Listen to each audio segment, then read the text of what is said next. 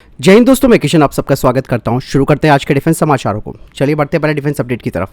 आखिरकार दोस्तों, cabinet committee on security की तरफ से स्वदेशी पिनाका रॉकेट सिस्टम के लिए 10,000 करोड़ रुपए की खरीद की मंजूरी दे दी गई है और इस साल मार्च के अंत तक लगभग 10,000 करोड़ रुपए के 2 कॉन्ट्रैक्ट्स पर साइन किए जाएंगे। इस मंजूरी से 6,050 करोड़ रुपए के 2 बड़े कॉन्ट्रैक्ट्स का रास्ता साफ हो गया है। आपको बता दें कि सबसे कम बोली लगाने वाले नागपुर स्थित निजी क्षेत्र के गोला बारूद निर्माता सोलर ग्रुप को दिया जाएगा और लगभग 4,000 करोड़ रुपए का एक और अन्य कॉन्ट्रैक्ट सार्वजनिक क्षेत्र की यूनिट म्यूनिशन इंडिया लिमिटेड को दिया जाएगा। और ये दोनों ही कंपनियां एमुनिशन के 2 वेरिएंट बनाएंगी, जिसमें की एरिया डिनाइल म्यूनिशन और पिनाका MKI एनहांस रेंज। और ये कॉन्ट्रैक्ट भारतीय सेना की 10 पिनाका रेजिमेंट्स को सहायता प्रदान करेंगे, जिसमें कि 3 रूसी मूल के स्मर्च और 5 ग्रैड रॉकेट रेजिमेंट भी हैं। आपको बता दें कि अब तक 4 पिनाका रेजिमेंट शामिल की जा चुकी है। कुछ को चाइना के साथ उत्तरी सीमाओं पर तैनात किया गया है और बाकी की 6 अतिरिक्त रेजिमेंट्स को डिप्लॉय करने का प्रोसेस चल रहा है। बढ़ते नेक्स्ट अपडेट की तरफ, जो कि प्रोजेक्ट 76 को लेकर आ रही है। दरअसल दोस्तों, DRDO ने प्रोजेक्ट 76 के तहत काम करना शुरू कर दिया है और इसके लिए DRDO ने इंडियन नेवी से उनकी किलो क्लास की सबमरीन मांगी है, जिसमें कि DRDO की तरफ से कहा गया है कि जो पुरानी किलो क्लास की पनडुब्बी है उसे उन्हें हस्तांतरित यानी कि ट्रांसफर किया जाए। मतलब साफ है कि प्रोजेक्ट 76 के तहत जो भी नई टेक्नोलॉजी तैयार की जा रही है उसके लिए ये पनडुब्बी जो है वो एक टेस्ट बेड के रूप में काम करेगी। दरअसल दोस्तों, प्रोजेक्ट 76 के तहत भारत एडवांस AIP से लैस डीजल इलेक्ट्रिक अटैक पनडुब्बियों का निर्माण करेगा और ये जो प्रोग्राम है वो पूरी तरीके से भारत की विदेशी टेक्नोलॉजी पर निर्भरता को कम करने के लिए भी है और साथ ही अपनी समुद्री सुरक्षा को भी बढ़ाने को लेकर। किलो क्लास की सबमरीन्स, जिन्हें की आधिकारिक तौर पर सिंधु घोष क्लास की पनडुब्बी कहा जाता है, ये भारतीय नौसेना की एक बड़ी ताकत रही है। सोवियत युग की ये पनडुब्बियां अब अपने ऑपरेशन लाइफ के अंत में पहुंच चुकी है, इसीलिए ये पनडुब्बियां एक टेस्ट बेड के रूप में DRDO को मजबूत प्लेटफॉर्म प्रदान करती है, क्योंकि किलो क्लास की अच्छी तरीके से हमें समझ भी है और इसका एक विश्वसनीय डिजाइन है, जो कि इसे नए और अप्रमाणित प्लेटफॉर्मों से जुड़े जोखिमों के बिना इस्तेमाल के लिए एक आदर्श उम्मीदवार बनाते हैं। और परीक्षण का उद्देश्य साफ तौर पर यही है कि मौजूदा पनडुब्बी का इस्तेमाल करके एक नया परीक्षण प्लेटफॉर्म तैयार किया जा सके, जो कि कॉस्ट इफेक्टिव भी होगा। दरअसल दोस्तों, DRDO की योजना है कि किलो क्लास की पनडुब्बी को अलग अलग तरीके के अत्याधुनिक तकनीकों से लैस किया जाए, जिन्हें की फिर प्रोजेक्ट 76 की पनडुब्बियों में शामिल किया जाएगा। बढ़ते नेक्स्ट अपडेट की तरफ। हाल ही में कुछ खबरें आई थी कि बांग्लादेश JF-17 फाइटर जेटों को खरीदने वाला है और ये भी खबर आई थी कि भारतीय वायुसेना ने इसका विरोध किया है, लेकिन अब फाइनली ऑफिशियली यानी कि आधिकारिक तौर पर इंडियन एयरफोर्स ने इस बात का खंडन किया है। इंडियन एयरफोर्स ने कहा कि भारत सरकार को इस सौदे पर कोई आपत्ति नहीं है और यही नहीं, साथ उन्होंने कहा कि ये बांग्लादेश की अपनी मर्जी हो सकती है, क्योंकि बांग्लादेश अपनी एयरफोर्स को एडवांस करने के लिए JF-17 फाइटर जेट्स को खरीद रहा है, क्योंकि उसके पास जो F-7 और MiG-29 फाइटर जेट्स हैं वो अब पुराने हो गए। दूसरी तरफ रशिया की तरफ से कोई सपोर्ट नहीं मिल रहा, क्योंकि रशिया पर सैंक्शन लगे, इसलिए बांग्लादेश जो कुछ कर रहा है वो अपनी वायुसेना के लिए कर रहा है। साथ ही दोस्तों, यहाँ पर एक बात और मैं बताऊंगा कि भारत अपनी पड़ोसियों की सैन्य क्षमताओं को लेकर हमेशा से अलर्ट रहा है, इसलिए भारतीय वायुसेना ने कहा कि हमें इस चीज से कोई मतलब नहीं है कि बांग्लादेश क्या खरीद रहा है और क्या नहीं।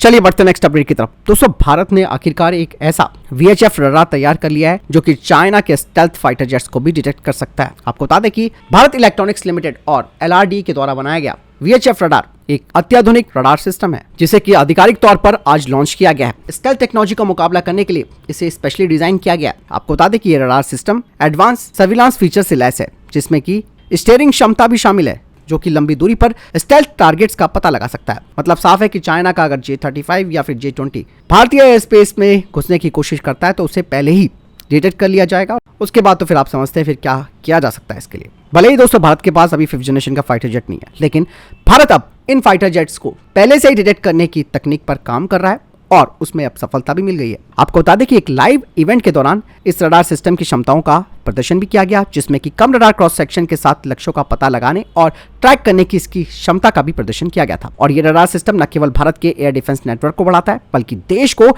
रडार टेक्नोलॉजी के वैश्विक बाजार में एक प्रमुख खिलाड़ी के रूप में भी स्थापित करता है। एरो इंडिया 2025 में दोस्तों इस रडार के बारे में और जानकारी सामने आएगी।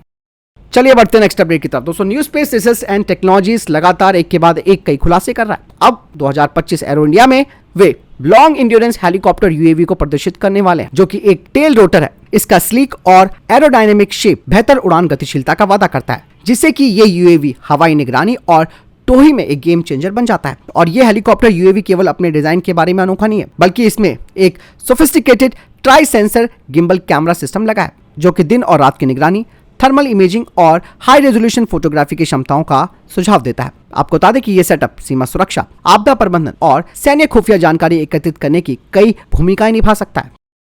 रुद्रम 4 पर अब काम शुरू हो गया है, जिसे कि DRDO तैयार कर रहा है, यानी कि अब रुद्रम फैमिली का विस्तार देखने को मिल रहा है। आपको बता दें कि रुद्रम 4 की रेंज 300 किलोमीटर से अधिक होने वाली है।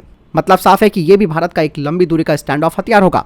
आपको बता दें कि ये एक एडवांस हवा से सतह पर मार करने वाला हथियार सिस्टम है और इसकी खास बात यह है कि रुद्रम 3 से रुद्रम 4 काफी हल्की है। बता दें कि रुद्रम 4 का इस्तेमाल छोटे और अधिक सटीक उद्देश्यों के लिए किया जा सकता है और इस नई मिसाइल को उन मिशनों के लिए भी तैयार किया जा सकता है जिसमें कि भारी वॉरहेड वाली जो मिसाइलें हैं उनका इस्तेमाल करना इतना जरूरी नहीं होता। बता दें कि इस मिसाइल से भारतीय वायुसेना की स्ट्राइक क्षमताओं में जबरदस्त इजाफा होने वाला है और रुद्रम 4 को कई हवाई प्लेटफॉर्म्स के साथ इंटीग्रेट किया जा सकता है।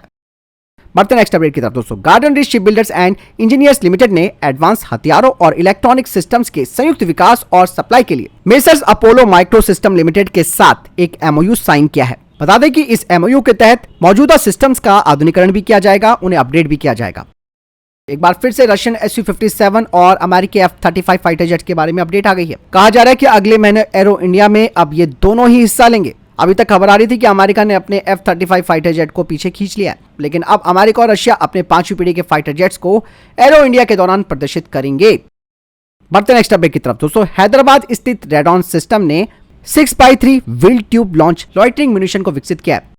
बढ़ते नेक्स्ट अपडेट की तरफ दोस्तों, एरोनॉटिकल डेवलपमेंट एजेंसी ने अब TEDBF प्रोग्राम के डेवलपमेंट शेड्यूल को रिकैलिब्रेट करना शुरू कर दिया है। बता दें कि इस प्रोजेक्ट में ऑलरेडी देरी हो गई है। कारण है कि रक्षा मंत्रालय की तरफ से अप्रूवल का टाइम पर नहीं मिलना। हालांकि इसकी पहली फ्लाइट 2026 में होनी थी, लेकिन लंबे रिव्यूज के चलते और अप्रूवल प्रोसेस में लेट की वजह से इसकी पहली फ्लाइट अब 2029 तक हो पाएगी और इंडक्शन 2036 तक हो पाएगा।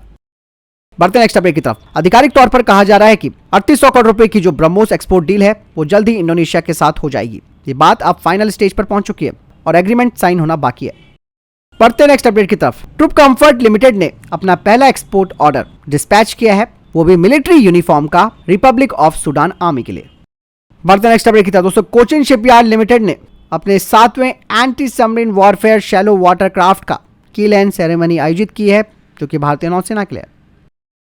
अमेरिका का सबसे घातक फाइटर जेट जो कि 5th जनरेशन का है F-35 फाइटर जेट, आप सब जानते हैं, ये क्रैश हो गया और अब F-35 की क्षमताओं को लेकर सवाल भी उठने लगे। हालांकि सवाल उठने कोई नई बात नहीं है, पहले से ही ये सवाल उठते आए। सोशल मीडिया पर एक वीडियो वायरल हो रहा है जिसमें देखा जा सकता है कि अलास्का के विल्सन एयरबेस में F-35 अचानक से गिर जाता है। हालांकि पायलट सफलतापूर्वक इजेक्ट कर जाता है। अमेरिका की तरफ से प्रेस रिलीज में कहा गया है कि पायलट तो सुरक्षित है और हादसे की वजहों का पता लगाया जा रहा है। ये पहली बार नहीं है जब F-35 किसी हादसे का शिकार हुआ है। इससे पहले भी न्यू मैक्सिको में यह फाइटर जेट क्रैश हो चुका है। हालांकि इस फाइटर जेट में कई खामियां भी हैं। ऐसे में F-35 दोस्तों खुद अमेरिका की एयरफोर्स के लिए एक हाथी बन चुका है। इसकी मेंटेनेंस में करोड़ों का खर्चा भी आता है, लेकिन ये अपनी क्षमता के हिसाब से परफॉर्मेंस नहीं कर पाता है।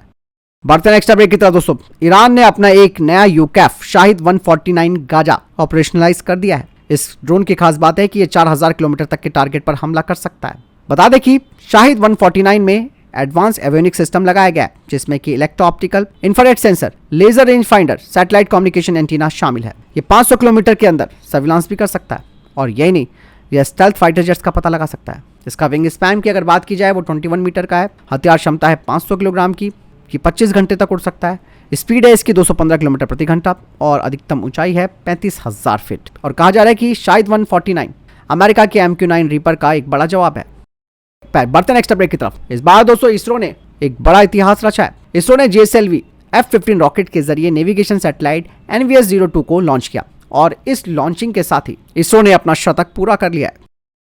फिलहाल इतने अभी तक के टॉप डिफेंस अपडेट। वीडियो के सामने कोई प्रश्न जवाब है, आपको कोई सवाल है, कमेंट सेक्शन में लिखकर जरूर पूछ सकते हैं। वीडियो को लाइक और शेयर जरूर कीजिएगा। जय हिंद, वंदे मातरम।